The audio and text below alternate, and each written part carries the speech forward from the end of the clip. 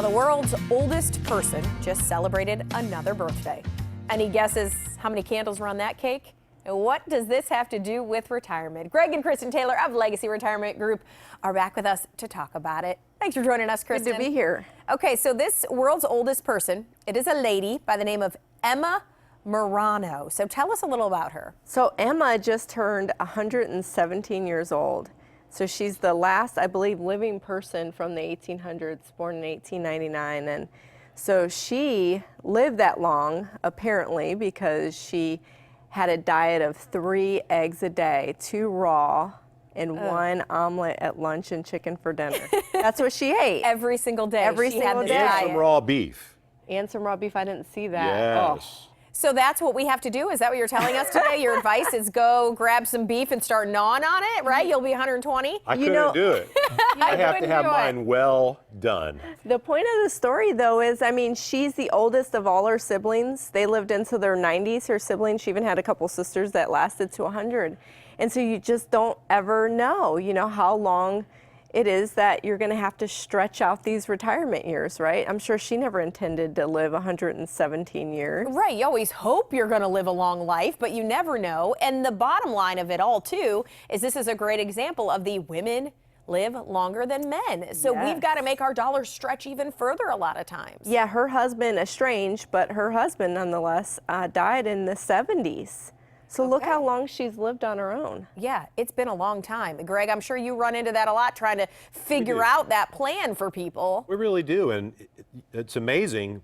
Those that are retiring in their late 50s even could very well spend more time living in retirement than they lived during their working years. Sure. Actually working. So you have to really start planning for a retirement income that's not just that the money doesn't run out, but when you start calculating, what it's going to take with inflation over 10, 20, 30, maybe even 40 years, that's going to be an immense amount.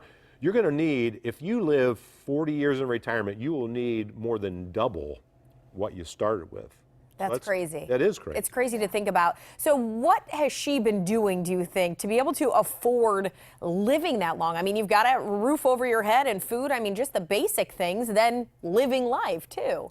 Yeah, so we always talk about having that foundation set for basic living expenses and understanding that you need more beyond that for inflation, for unexpected expenses. I'm sure, I think I read she'd been pretty much homebound the last 20 years, and there's probably some expense that goes with having people come in and help her. Sure. And we've seen that even with our clients or parents of our clients. Here recently, a couple that we just love dearly has had to really care for their parents that are homebound.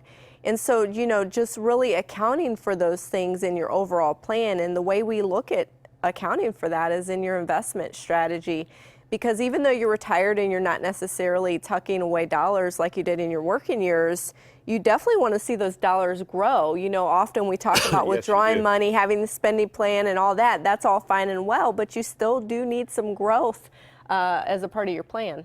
You do, and we have a report, Robin, that we use for people that lets them know where their risk is versus their average return, but also the likelihood of whether or not their money is going to last when we add 3% inflation over the years.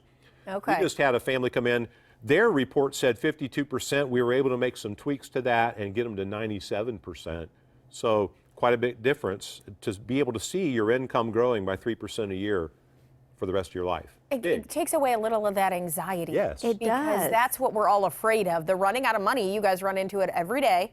Right. That people want to know. And so what steps should somebody take? Should they come in and have an expert look at their current standing? Absolutely, like what he talked about and what we've said before, getting a risk assessment done to see what level of risk you're at in your portfolio is a great starting point, because a lot of times people just have a lot more risk than they think they do.